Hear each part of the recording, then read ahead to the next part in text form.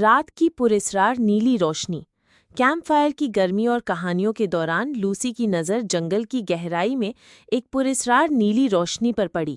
وہ روشنی کسی راز کی طرف اشارہ کر رہی تھی۔ سارا غائب ہو گئی۔ اگلی صبح لوسی حیرت زدہ رہ گئی جب اسے معلوم ہوا کہ سارا خیمے میں نہیں تھی۔ خیمے کے باہر میپل کے پتے ہوا میں سرسراتے ہوئے ناچ رہے تھے اور اس کے دوستوں کو لگتا تھا جیسے صبح کی دھند میں کوئی سرگوشیاں چھپی ہوں۔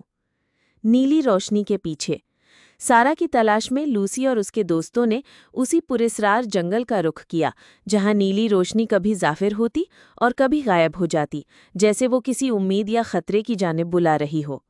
جنگل میں قدیم نشانیاں، درختوں کے تنے پر عجیب و غریب قدیم نشان ابھرنے لگے جو جلد ہی مٹ بھی جاتے۔ انہی جگہوں پر سارا کی کچھ چیزیں بکھری ہوئی ملی جو کسی گہرے راز کی گواہی دے رہی تھیں۔ جڑوں میں جکڑی سارا۔ ایک دیوہیکل میپل کے درخت کے سامنے آخر کار انہوں نے سارا کو پایا۔ وہ بے ہوش تھی اور پودوں کی مڑی تڑی بیلوں سے جکڑی ہوئی تھی جیسے وہ کسی بھیانک خواب میں قید ہو۔ جنگل کی روح۔ نیلی روشنی ایک شفاف شکل میں تبدیل ہو گئی۔ جنگل کی روح۔ اس نے انکشاف کیا کہ سارا کو اس سزا کا سامنا اس لیے کرنا پڑا کیونکہ اس نے جوان میپل کے درختوں کو جلانے کے لیے کاٹا تھا۔ مرتے ہوئے جنگل کی جھلکیاں۔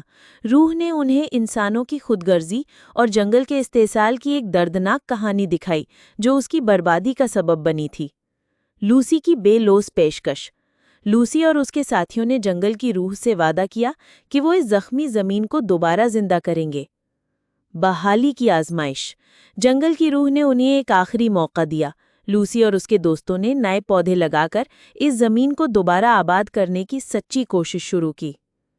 بددعا کا خاتمہ۔ چند دن گزرنے کے بعد جب ان کی محنت جاری رہی تو جنگل کی روح کی سخت نظریں نرم پڑنے لگیں۔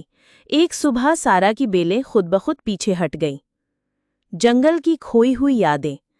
روح نے ان کی کچھ یادیں مٹا دی اور یہ مہم ایک دھندلی سی خواب جیسی لگنے لگی، مگر لوسی کا وعدہ قدرت کی حفاظت کا اس کے دل میں ہمیشہ کے لیے نقش ہو گیا۔ سبز بحالی۔ حقیقی دنیا میں لوسی اور اس کے دوستوں نے اپنے وعدے کو عملی شکل دی۔